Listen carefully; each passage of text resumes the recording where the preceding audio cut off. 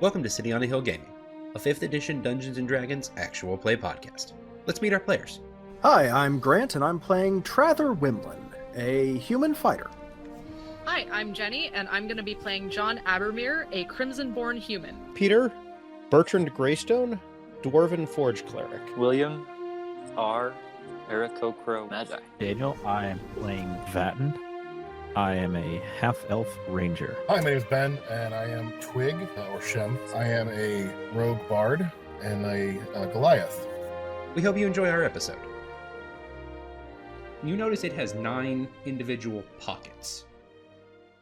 And in the pockets you find a variety of things, and also stuff. 2 daggers, 2 lanterns, a 10-foot pole, 50 feet of rope, a 24-foot ladder, a bag of 100 gold, and 2 small dog statues. Please chat that to me. Okay. I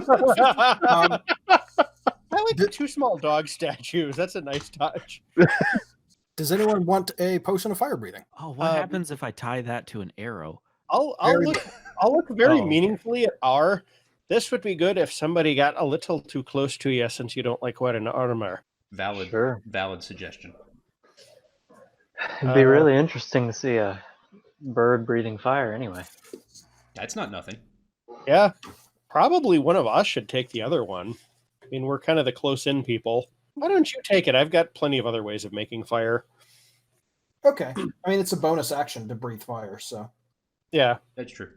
Would it be also a wildly bonus action to cast spiritual weapons, so... Sure, I'll keep that one then. That's fine. Would it be wildly inappropriate to wear the cloak out as we leave? Sure. Probably. I mean, it's a little It might gauche. be a but little alright. suspicious. Oh, wait, I know this guy's self. Oh, there you go. It's probably fine. Yeah, I do too, but I only have 1 slot left, so... Oh, no, he'd cast Disguise Self Is it only you? as the Kenku. Yeah. Oh, right. Oh! Yeah. Oh, that's interesting. It is. Ben, you Ooh. know, you put the from the cloak, if you take an item, so when you open the pockets, you see the items. If you take an item out of the pocket, you can't put it back in. Oh, yeah, I don't try to take one out. Okay. Well, I'll pull one of the Mastiff statues out. Okay. And then try to shove it back inside. It's actually a very small statue, but it won't, the pocket just won't let you put it back. You're pretty sure the statue does something, though. I'll put it in a different pouch. I'll put it in my backpack. Decorative. Yeah. I'll put the Mastiff statue in my backpack. Okay. Is that also like a Pokemon? If you throw it, does a dog pop out? Sort of. I mean, you don't have to tell us yet because we haven't done due diligence to figure that out. You guys will have to study around the pockets. While we're organizing the leaving party, I will ritual cast Identify on the Mastiff statue for 1 minute. It basically, a Mastiff will show up. Sweet. Cool. It is a single-use item, but he will stay for 24 hours. And he's a good boy. Good boy. He's a good boy. For the record, I assume we have put the Kenku and the orc that we knocked out also in the cell. Yeah. They are also in the cell. All right, so... also, just as a rule, if you make the Mastiff, you have to name it. Okay. And feed it and water it. Yeah, and take it for walksies. You do the whole thing. Yes. But all right, so when we're going out, I can wear the cloak, put Disguise Self on me, and we can pretty much just waltz out of here with the prisoners. Cough. And just walk out. Okay, so I basically need 6 gold pieces to make 3 sets of manacles. Conveniently, we have a chest full of it. Yeah, so... Important question. Do we get the gold pieces back? We do not. But the manacles stay. Oh. And manacles, interestingly, probably sell for more than a single gold piece. I was going to say, I think you probably could get more than that out of those. So there you go. Ooh, well, it has to be an even trade. Oh. So this isn't like the ladder 10-foot pole thing from D&D 3rd edition. No, it's exactly a value for value exchange. So it specifically says that it can be coins, though. So I mean, I can give you a handful of ball bearings for each Well, it's got to add up to the value of the thing that I'm making, Oh. which is 2 gold pieces for each set of manacles. So hence 6 gold. Oh, got it. All right. Here, let me just read. Let me just read this because this will probably be relevant in the future. It's Fair. Channel Divinity Artisan's Blessing. Starting at 2nd level, you can use your Channel Divinity to create simple items. You conduct it. Oh, never mind. It's an hour long. This will not work. It would have worked to get you guys out of the building. Well, no, Well, No, don't have an hour. it's an hour. for one. Yeah. All right. Well, we have Oh. rope. We literally have Oh rope. yeah, we Yeah. can just tie their hands. in the Yeah. cloak. that's- We'll just tie their hands. So pull out like 6 feet of rope from the and cut it off and tie them up. Yeah. All right. Yeah, that's fine. Okay, that's fine too. All right, so you guys kind of waltz them out. while I'm disguised. While you're disguised as I'm gonna put you in the front, Daniel. Absolutely. One other thing before we get too far into this, let's make sure that we've got these things tied in such a way where they can just like pull something and untie themselves if they need to. Sure. Yeah, we can just do it in slip knots. I would Full know. Chewbacca style. Yeah. I would know how to do something like that. I'm a ranger. I do rangery things. Even if they just hold the ends of the rope, it looks like they're. Yeah. Yeah, I mean you can even just like put the knot underneath so it's, not obvious, but yeah. Okay, so you guys kind of make your way upstairs, and the people that are in the top of the base kind of look over. One of them, one of the Kinkus who was giving you directions earlier. All right, so just take them to the tower, and they'll take them from there, and then you guys come back here, and I'll figure something else out to do with you. Oh, boss. Hey. Yeah. So you're done with the good. All right, so they're gonna take them for you, so you don't have to worry about it. I found you helpers. Yeah. Yeah. I'm gonna show them where to go. I have a special task just for them. Oh yeah. You guys listen to Slice. He knows what he. Yep. Thanks. Thank you. All right, you measly lot. Let's go this way. All right, so you guys just kind of make your way out. And I'm assuming you guys kind of hold this all the way through, because this city is still full of like orcs and Kinku and is like gated. So I'm assuming you hold this until you're like well outside of the back in the forest. Yeah. Yeah, probably a good 20 minutes walk outside of this thing, actually. All right, basically like the second you're out of eye shot, the lady you guys really don't know who is drops her ropes, looks at you guys. Yeah, okay, well, thanks. And I'll see you guys later. Can we get a name Nope. or thank you? Thank you. You got to thank you. You're welcome, madam. Farewell. Okay, so you guys notice. So you guys are kind of heading northeast back to Varen. She heads southeast. All right. All right. I'm going to go ahead and hand the robe to R now that we're undisguised and out of sight. Okay, or back to Shim, I guess. Yeah, or I thought we were just eventually going to give it to R, but that's fine. Yeah, whoever. You guys can figure out what you want to do with the weird cloak of stuff and also things. Okay, so you guys make your way back to the city of Oriel. Avia's mother looks at you guys. So you don't know who she was? She did not give her name, madam. Even when asked, which I thought was rude.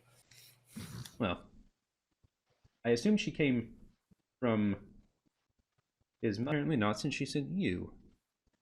Her tattoo did look familiar. You noticed she had a tattoo on her arm that looked like 3 claws had been dragged through, kind of like a bird's claws. So orcs are my favored enemy, so I actually get advantage to knowing stuff about orcs. Okay. So if there's some sort of knowing things about orcs roll that I could make. You, go make me an intelligence check with advantage. Sweet. Or just a flat history check if you have a bonus in history. Either one's fine. I think it's the same. With the 12, you know, orcs, particularly in Anwaru, where you guys are, often will tattoo them on themselves some kind of symbol for the person or the order they serve. You've been around the area long enough and interacted with enough people through your time doing other things previous to this, did you know that kind of tattoo that she has is rather common amongst the highest ranking members of the orcs who serve the Hawk. And the Hawk is the orc who sort of runs the loosely associated group of people called on Waru. So she likely serves the Hawk. All right then. Yeah, I tell them all that was probably a high-ranking member of the Hawk, who, are the enemies of the. I have it right here. Band of the Crow. So the Thalia looks at you. He's one of my. Well, that's most interesting. If you guys had not already been informed, and I think Kaya told you guys this last time. I don't remember, frankly, unfortunately. So Kaya is Lomid's mother and Avia's grandmother. Thalia is Avia's mother. The Hawk is Thalia's sister. Big sister. Okay.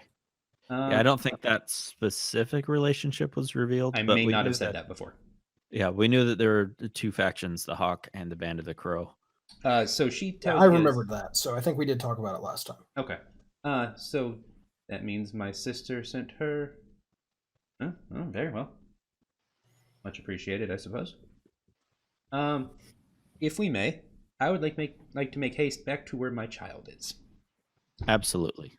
So you guys make the rather uneventful journey back to the city of Oriel, and Hey, one other quick thing. The first time we rest, I've had this since the first session, and I keep forgetting to use it. When we get up, I'm going to use Blessings of the Forge on my armor to give it a +1 bonus to AC until the next time I take a long rest. Okay. It's a Forge Cleric thing. Oh, very cool. Okay. +1 bonus granted. And you guys have to stop multiple times along this journey to rest, because it takes you several days. So you have all of the everything again. Alrighty. So you guys enter the city of Oriel, and to kind of go back to the same entrance to Duchess Kaya's manor that you did last time. And as you're headed there, you notice two things. You see off in the distance, in a little fenced-in area outside of the house, a mule with a giant cone sticking off the front of its head. So they kept the unicorn. That's good. So happy. Yep. That was the best I could do for picture. Sorry. It's a good picture. That's a good choice. I am a unicorn.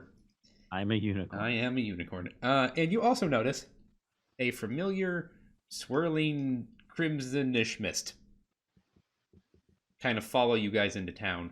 And that fun lady who likes to make Trather not move pops back out.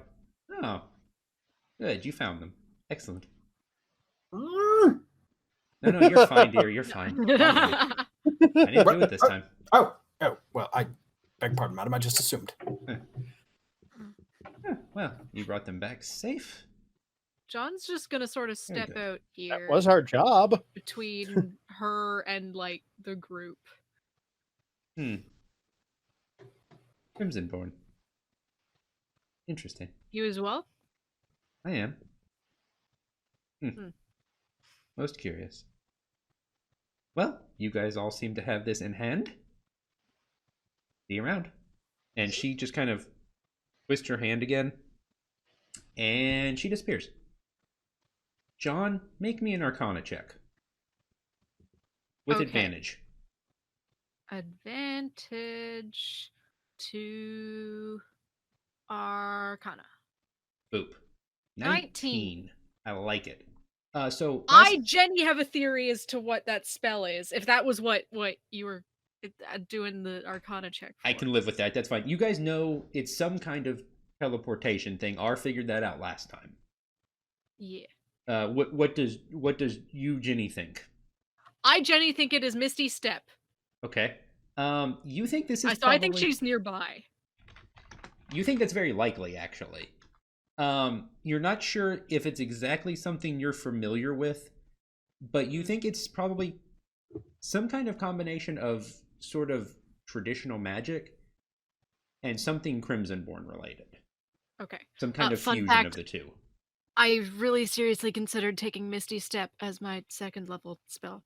That's not a problem for me. Okay. Just being able to disappear and reappear 30 feet away, that's fine. As a I bonus seriously action. considered doing that. I did not do that. I went with Phantasmal Force. What problems could that ever cause? None. This is fine. Probably none. Just like the fact that I get like 2 attacks and bonus damage the first round of combat. Unless grants you a third attack. Yep, we're good. We're Twangy frosty. McFusillade over here. As he slowly adds 15 hit points to every monster he already has planned for the rest of the session. We're fine. Everything's fine. All right. So you guys. Twangy McFusillate. That's what they call me. That's right. You guys pass Mr. Sparkletoes as you enter the house, because I did write that name down apparently. And inside the house, there is much yelling and rejoicing as Avia sees her parents. Yay. Everyone is much excited. Many wows. And you kind of see Avia is kind of being heavily bodyguarded by Koga and Desilov, and also her Warforged. She has her own unit. She has a security team. Because Grandma don't take no chances. Security team. She has her own D&D party. Yeah. She does. I mean, you're not wrong. Yeah. They were a little fighter heavy, but I'm sure it'll be fine. There's a paladin and a barbarian in there. Yeah. It's fine. It's fine. You got heals, you got damage, you got Warforged that don't have to ever sleep. This seems fine. Yeah. And she could always climb in the Gundam. That's right. As she is wont to do, it's basically a car seat. Everyone gets much excited. Many tears are shed. The Duchess looks at you. Not to be the person who keeps doing this, but I need another favor. So if you would be interested, obviously we have a bit of an issue on our hands in Anwaru, it seems. And they've made it personal now. And that's, well, unacceptable. I need more information. I am not one prone to act too aggressively, but we have had issues with Hawk in the past. You guys know Boreal is in a country that is currently being invaded by merfolk. And very recently has also been invaded by orcs and half-orcs and half-elves and some Viashino and some lizard folk, all that came out of Anwaru. No one's really sure who sent them. Vatten used to be part of one of the crews. Let's say Vatten is going to conspicuously avoid eye contact. Yep. But no one's really sure if they're kind of acting under the orders of Hawk, or they're acting under orders of the Crow, or what's really happening.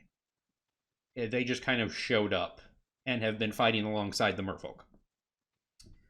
Would I actually have any insight to that? Yes. Well, you left before they came up here, but your boss worked for both sides at different times. He had done jobs for the Hawks people. He had done jobs for the Crow, but he's not adverse to this kind of thing. Yeah, any group in the South Desert that could hire us. Essentially, yeah. Anybody that's paying, he's kind of fine with it. Your boss, his name is Hondo. And Hondo is not opposed to that because someone's paying. Hondo's not Granon. I don't know what you're talking about. They're different people. So she looks at you. Okay, so what? I need to know more about this situation. And that is where the 6 of you come in. I have a friend who lives south of Varen. He's a merchant. Dwarven fellow, lives in a village to the south on Mycen. He runs a shop called The Harvest. If you will, go see him. He may be able to provide us more information. I need to know what the Hawk's intentions are. I mean, clearly she didn't... I don't think she had anything to do with the things you've taken care of recently. She's being very careful, because Avia is still in the room running around, all sugared up like usual. This time, it's not our fault. No, it's not. It's Desilov's again. Um, and we can work out some kind of agreement for me to reimburse you for what you're doing. I need more information, and I've grown to trust a lot of you. Can you be of service to me again? Your trust. We can certainly do our best, I'm sure. Yes. Do you have a map? And you guys do have a map of sort of the greater area. She points. Myson is here. Peter, you do Relatively notice speaking, yes. Myson is about halfway towards the forge, which is the abandoned land of your people. It was formerly a great dwarven forge city.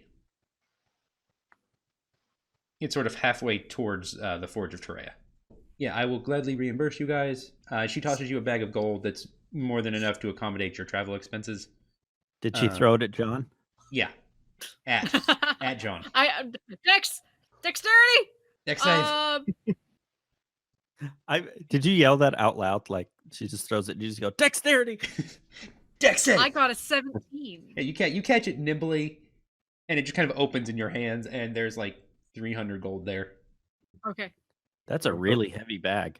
Total of 750 gold so far, minus that we didn't actually spend it. That's right. Yeah. I mean, but also weighing nothing because it's gold. Right. It looks real heavy though. Cannot be used as a weapon for future reference. Don't try it. Dang.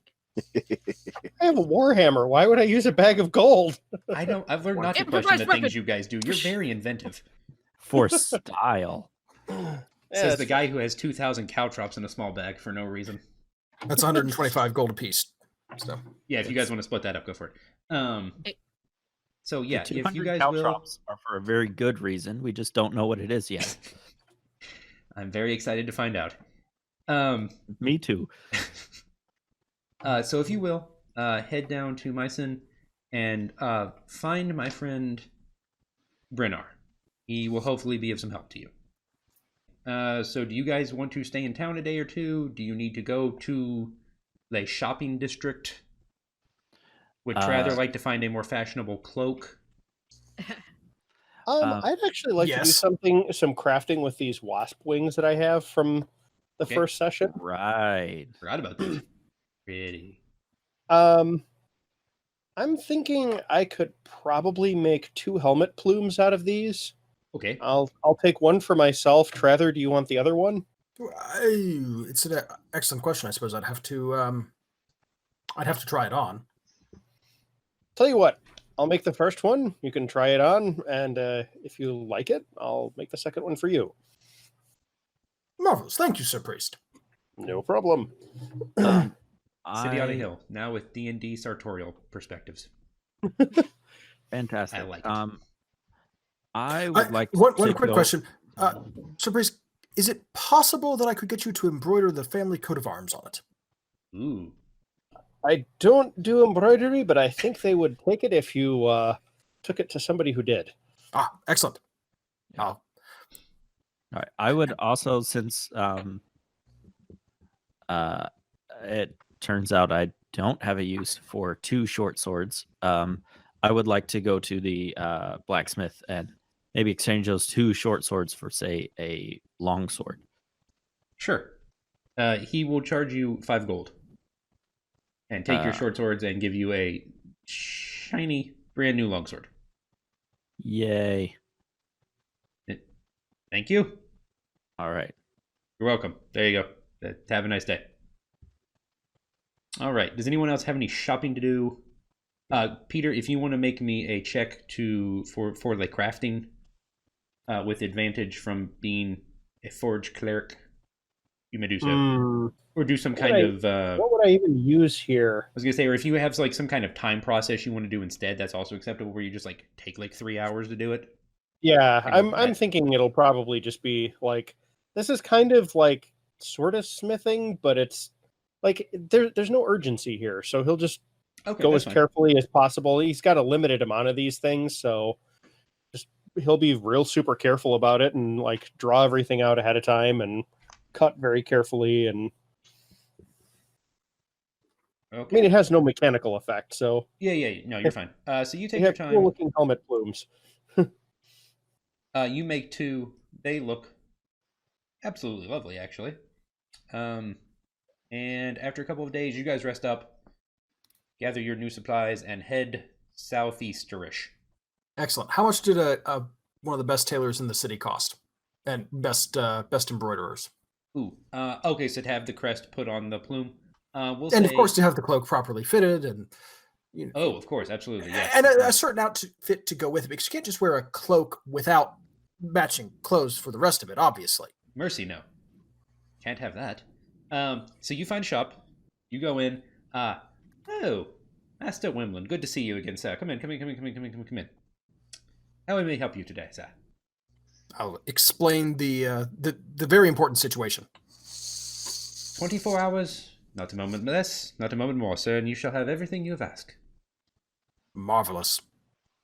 He will charge you 15 gold, All right. and you have a brand new, very, very excellently handcrafted set of clothing. And 15 gold is gone. And Well worth. It's been a pleasure, sir. Make that 2 sets of fine clothes. Check. for the amount of time that we spent just hanging out in town, I would like to spend that time busking around, playing Stairway to Heaven on my pan flute, and trying Rather- to make some money. Trather will drop a gold piece in, not noticing that it's you. Love it. Okay. You make 3 gold over both days. So 6 gold. And I go total. down. I go down 1 more gold. All right. Check. That same busker shows up in every town Trather does. Man. That's a heck of a thing that keeps happening. All right. So you guys head out after a couple of days. Head down on your way. And you guys have kind of made your way into a heavily wooded area as you head southeasterish. So you guys notice a lot of tracks, largerish animal tracks, and like something's kind of been rooting around. And you guys all see in the distance, kind of approaching you as you approach a lot of them. And they are definitely all of a sudden very interested. You see a large, and by large I do mean in size category, boar walking down the path with 3 large cats, and by large cats I mean like panther size. Are any that's a of them strange group. glowing red anywhere? No. Okay, good. I'll glance curiously at our party ranger. I'm gonna say that's unusual. Make me a history check, Daniel. History? Yeah. Or nature. I mean, I'll take either one.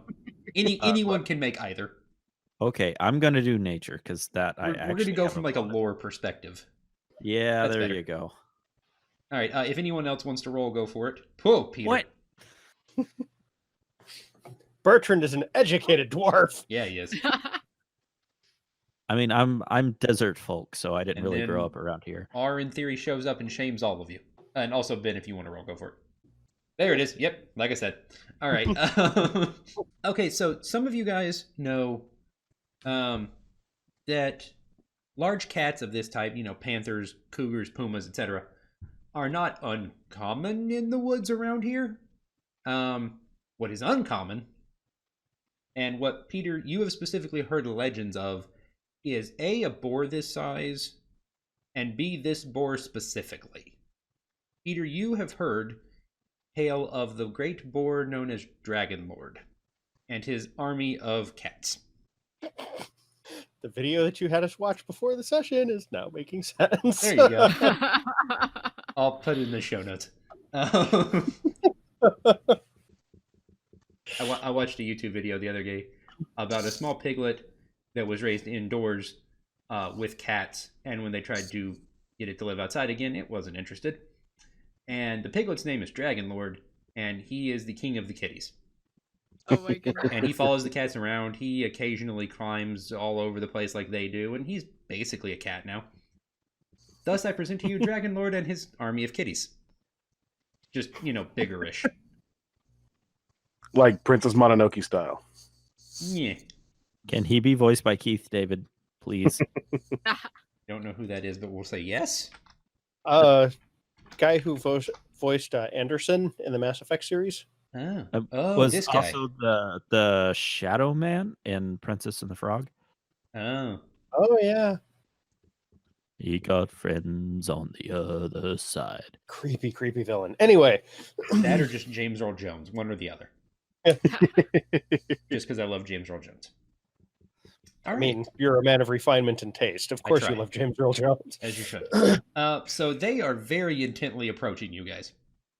What do you very intently do? Wave. Okay. Stand aside. Climb a tree. Okay, so assume a passive sort of pose. Climbing a tree will at least save you from the boar. It might make you more attractive to one of the panthers Cats, or though. something. Kind of envying ours ability to just take off and fly away from yeah, this. no, William's fine. Yeah, don't fly around the kitties. You guys look around and ours like 15, 40 feet in the air, just kind of hovering there. Just going, good luck, you guys. The cats are very intrigued by R all of a sudden. One of them like leaps and it's like, Their pupils are now the size of softballs. Yeah. Oh, they've got the whole I need- Puss in Boots thing going. They look so adorable. I need to get video of my cat reacting to the palm fronds that we put up Oh, in our living room. Because it's basically that. just flailing around trying to grasp at them. Oh no! Planning routes of attack. Oh no. This is getting staggeringly closer. All right. So what are you guys actually doing? Unless it actually is climbing trees. I will legit climb a tree. Okay. I would like to do basically what I did with the wolf in the one-shot thingy from Okay. earlier. Okay, so assume very passive thing. Vatten, make me an athletics or acrobatics check. Okay. Same for anyone who wants to climb a tree. Can I do animal handling? You may do animal handling. Anyone may also animal handle. That requires did a bad animal handle. That's a 5. That is a 5. That requires actually touching the animal. Brother also rolls a 6 on animal handling. Why? Ooh. Okay. Bertrand rolls a 12. Because frankly, it's funnier for Trather to try and calm down enormous animals than climb a tree. Yeah, it is. Shim's gonna step to the side and kind of take a knee. I mean, I also have animal handling, Lion but King approach. I like that. But Yeah, with hang a on. 10, I'm pretty sure I'm like actually just only halfway up a tree. I'm pretty sure Trather's just going, here, kitty, kitty, kitty, kitty. Who's a good boy? Okay, so Dang it, it only Dragonlord affects takes humanoids. I was going to use Calm Emotions. Dragonlord takes a look at the lot of you. Seems rather confused and slightly unimpressed. You think he probably was looking for a challenge? You just see like a lower branch and then just feet just like kicking, trying to get up. I mean, unless we want to actually try to tame them, ish. Nah. Just let them go. I always forget that's what's going to happen when I put these kind of things in the game. It's wildlife. We're out in the wild. It belongs here. Why do we want to mess It's with not aggressively attacking. I'm not sure what you expected. it? Yeah. Fair. Get me out, get me out, get me out. Okay. So let's go back to the animal handling checks.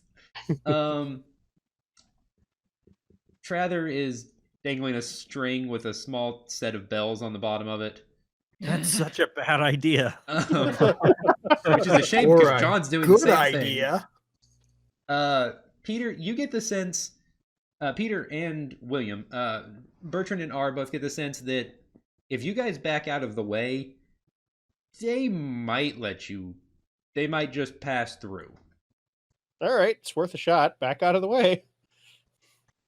I don't really have any interest in smashing wildlife if I don't have to. Hey, back up for my tree. This is my tree. Thank you. Only one person may hide in each tree. Okay, so if you guys want to move out of the way, they will kind of just proceed through. Well, I mean, I'm sure that's what we'll end up doing. And he kind of snorts at the lot of you. Bertrand will smile and wave again.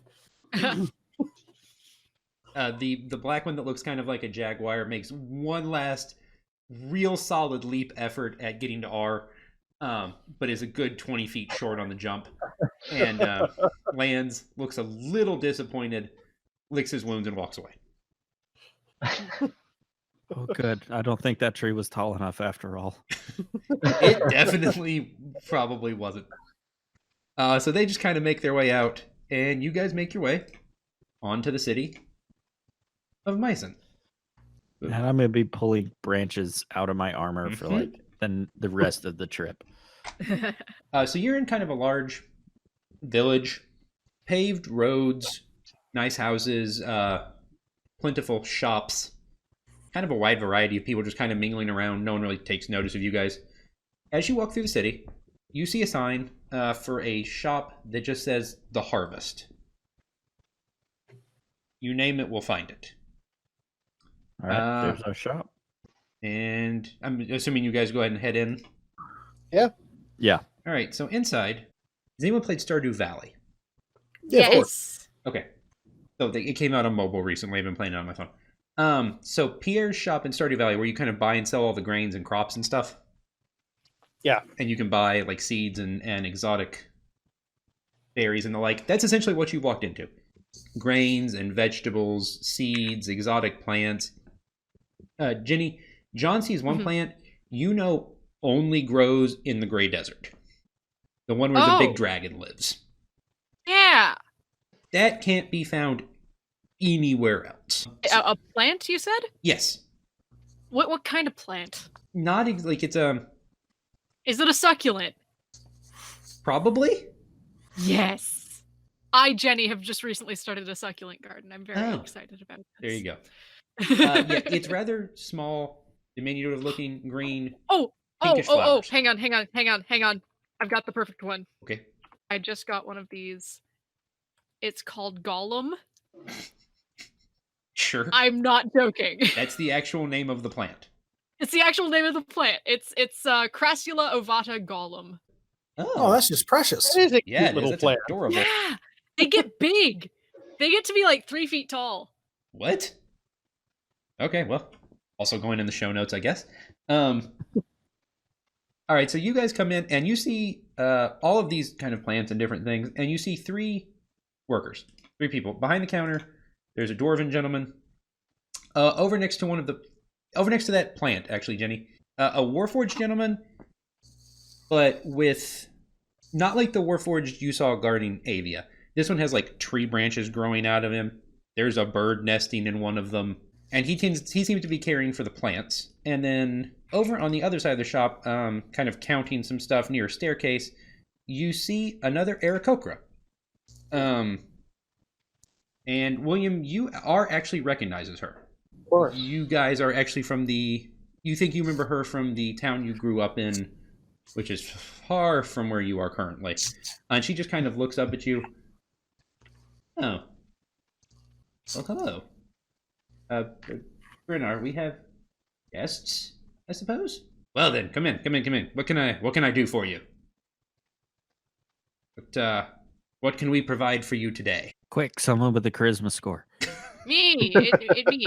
I'm gonna walk right up to the plant keeper. Okay. And ask, where did you get this crassula? Oh, greetings. It was brought to us by one of our forages from the great. You know the name of it. I do. Yes. Most interesting. Well, I'm from that area. Oh. Well, then you can. You very much know what we have here. Very good. Very good. I'm most impressed. My name is Bastion. Bastion, good to meet you. My name is John. It's a pleasure, John. How much for cutting of this crassula? It should propagate fairly well, just from a cutting. I suppose I could let that go for 10 gold. 10 gold. Okay. John is 10 gold poorer. He pulls a small tool out of his belt and just kind of very delicately makes you your little section of it. Okay. I assume you know what to do with it. Yes. As an acolyte of the church, I had some contact with herbology and plant growth. Yeah. Well, very well then. Best of luck to you then. Thank you. And he goes back to tending. The bird is actually kind of like helping pull like little dead leaves off of stuff. Well then,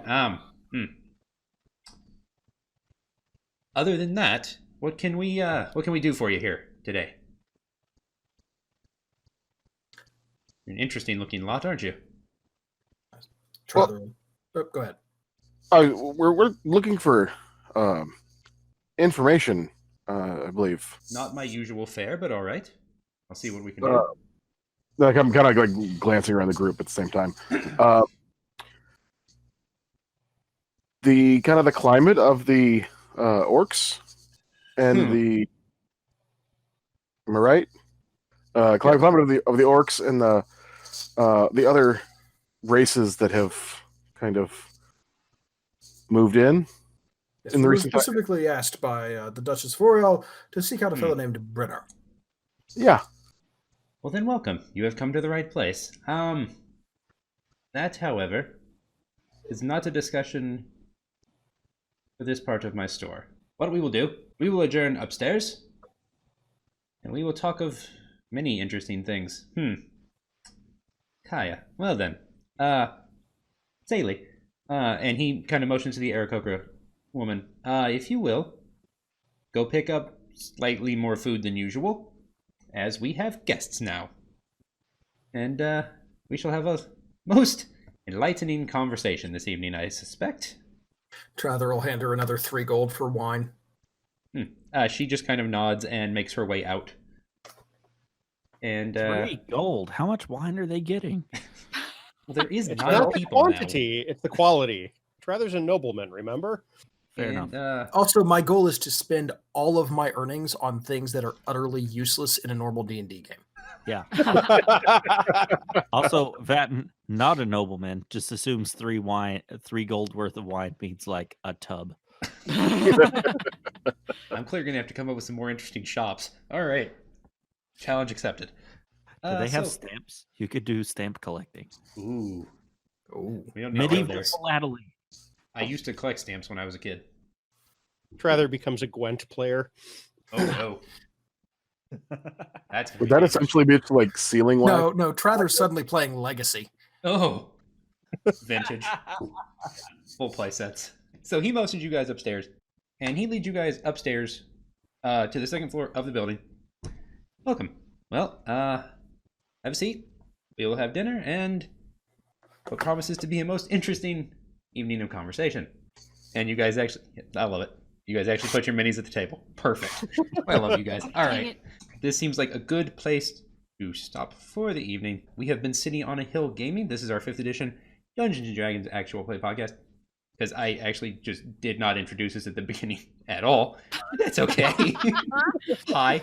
I mean, this is far enough into the rotation where people are probably not listening to this in a vacuum, so... Yeah. One would hope. I think that's probably accurate. So we have our 6 players, Ginny, Peter, Grant, William, Daniel, and Ben. And we have been playing some good old-fashioned 5th edition D&D set in our little homebrewed world. And if you'd like to hear more, you can find us at cityonthehillgaming.com or in any of your favorite podcast applications. And check out Peter, Grant, and Ginny, fine folks from the Saving the Game podcast, stgcast.org, Saving the Game on Twitter, and all your favorite podcast apps. You guys are going to have to run down the others because those are the ones I remember offhand. And Twitch. We're Yes. on Twitch. Yep, twitch.tv/stgcast. And go to the website to find the Discord channel.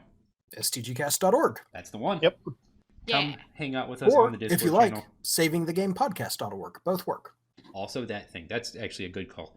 Rerouting websites. Thanks for listening to City on the Hill Gaming. For more information, you can find us online at cityonthehillgaming.com, email us at cityonthehillgaming@gmail.com, or find us on Twitter at cityonthehillgame. For more information on saving the game, you can find Peter, Grant, and Jenny at stgcast.org or at Saving the Game on Twitter.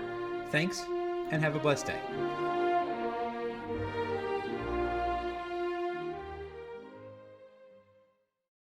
You said this earlier. I think we're recording. You should be good. Yeah, go for it. Okay. So when Peter was looking at the spell that to transmute gold into manacles.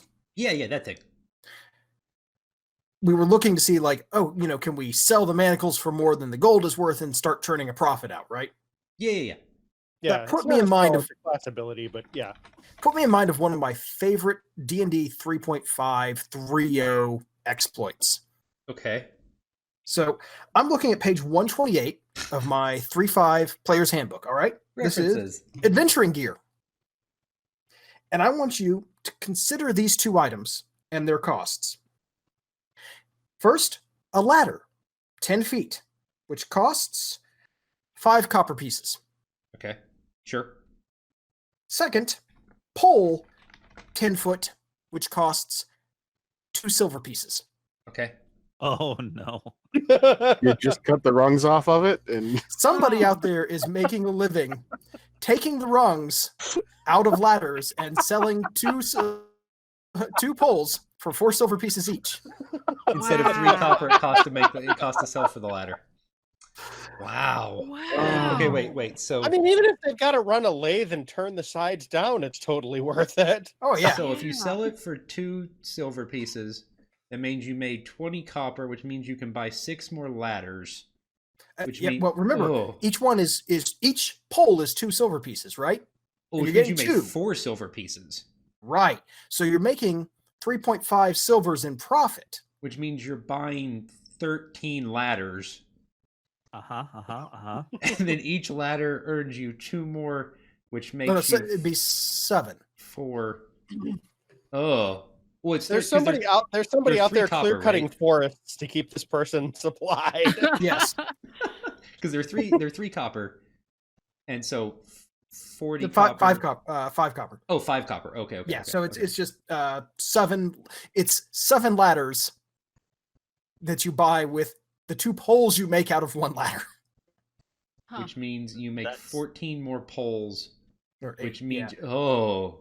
That's quite a turnaround. Yeah, it really is. Someone out there is just sawing It's like ladders in half and making a exponential. profit. The what is it? The villager railgun? I'm sorry, Yes. what now? Villager Oh railgun. yeah, the peasant railgun. Yeah. You put Yeah. my villagers That's- down. Well, okay, so the thing about the peasant railgun is it takes no time. It's no action for someone to hand something from one person to another. No. Okay. Yes. So you get a bunch of villagers, give one at one end of the line a rock, and accelerate it. Wait, It's not no time. It's not no time. It's a swift action, I think, right? Yeah. Sure, Yeah. But the thing is, you can like for a fire line or something like that, it takes the same amount of time for you to hand something from one person to another as one end of a line of people to another. So the more people you have, the faster the item is going. So you can launch a rocket to space if you have enough. Yeah. Now, this is one of those things that is funny to think about, but I will say is a horrible commingling of physics and D&D rules, which are not supposed to be physics, so nobody take this as gospel truth. Sounds right? fine.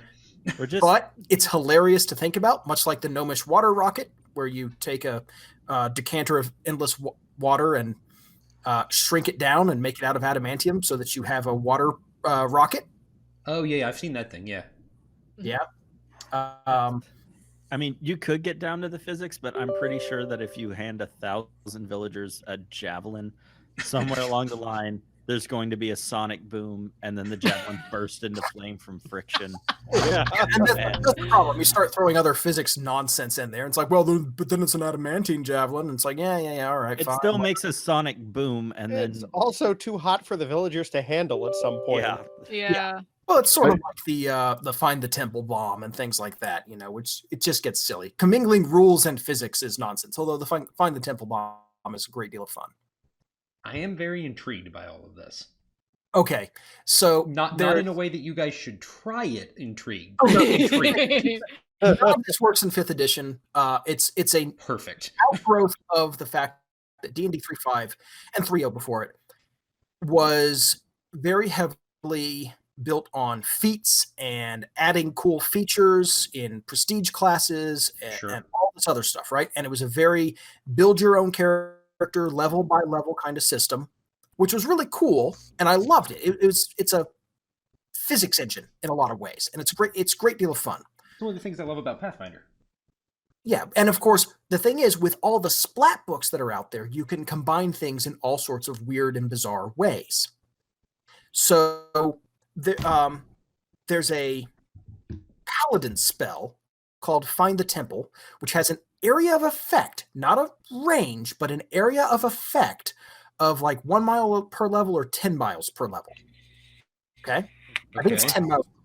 And the idea is you're looking for the nearest temple within range so that you can go pray and do your devotions, that sort of thing. It's supposed to be kind of a role-playing based spell. Sure. But through the acquisition of a number of different feats and prestige class abilities, you can give it a thunder subtype. Oh. And then you can then transmute that into fire. And then you can make it do 1 point of damage. So that you can then, it's now a damaging spell to everything in range. So it does 1 point of damage to everything within 10 miles per level, which is already pretty neat. But then you give it explosive spell, which means that at the center of the spell, everything, basically the way it works, it's designed for like fireball, right? Where you throw a fireball, and if it's a fire type spell, everything in the area of effect of the spell is thrown to the edges of the spell and takes 2d6 damage for every 10 feet moved. Oh, no. Oh, no. Oh, no, indeed. So, 10 feet per level, or 10 feet, you take an extra 2d6 damage. 10 miles per level. We're fine. Everyone's fine. Everyone's fine. Everyone's fine. Listen, the surface of the earth has not been scoured clean. We promise. Listen, everybody's fine. It works okay. It's really good if you need a parking lot. Yeah. Very quickly. Yeah, and of course, like right now. Everything in that area of effect is thrown to the edges of the spell. So from the center of that spell, things are thrown literally miles. Oh yeah, hundreds of miles at high levels. Yeah. I